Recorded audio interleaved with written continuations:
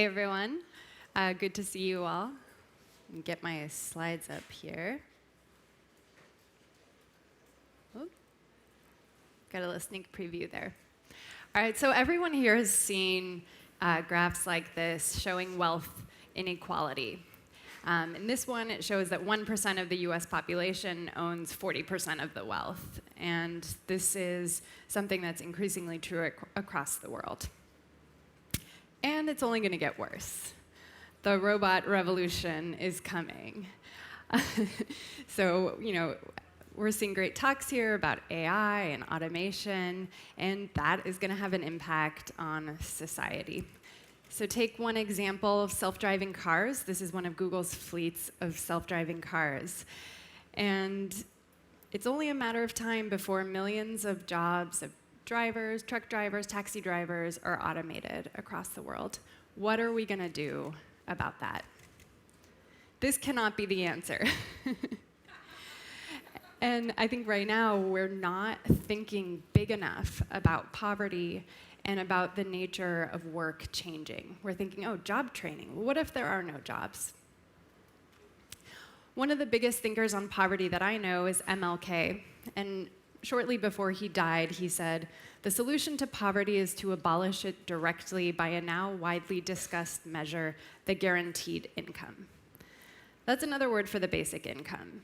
And it's a really simple, kind of crazy idea that we should just give people money whether or not they work. Kind of sounds crazy, right? Another way of thinking of it that economist John Aziz says is taxing the robot owners to support the people they put out of work. That's a kind of robot revolution that I can really get behind. The basic income has actually been tested in the US, in India, in Africa, and actually right here in Canada, in Manitoba, in 2011. And the results have generally been positive. And in Switzerland, in 2016, they're actually going to vote on whether or not they should institute a national basic income. So the idea is actually out there.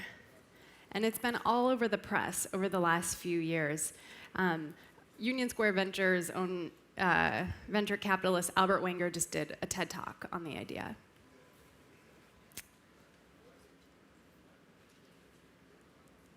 Next slide.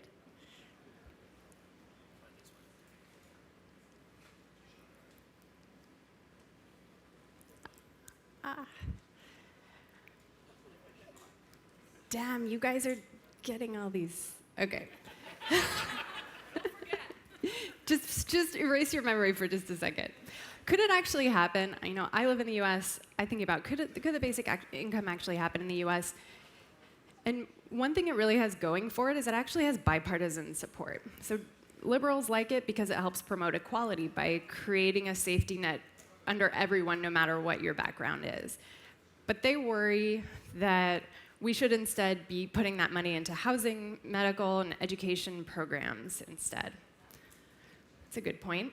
On the conservative side, there actually is support as well. This is Nobel Prize-winning conservative economist Milton Friedman, and he said the basic income in the form of a negative income tax was a great idea for ending poverty. This is his proposal, which I won't go into too many details on, but he worried that it might make people lazy. That's a conservative concern, is what if people don't want to work? But with the robot revolution coming and all, that may not be such a big problem anyway. So why do I care about this? They asked me to give a talk here about what keeps me up at night. And like Margaret mentioned, I spend my time thinking about poverty. I launched a startup called HandUp that lets you donate money directly to homeless people. This is our site, handup.org. You can check it out. And what I've seen in this time is that here in the startup community, you're encouraged to think big, dream big, don't be afraid to fail. And we're not thinking that way when it comes to poverty, and I think that's a really huge problem. We need to start taking these tools and the big thinking in this community and applying them to other social problems. This is the future.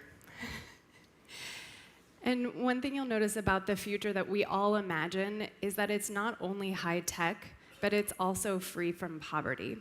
And if we're going to create this kind of future that we all want to live in, we have to start thinking as big about poverty as we do about AI and self-driving cars.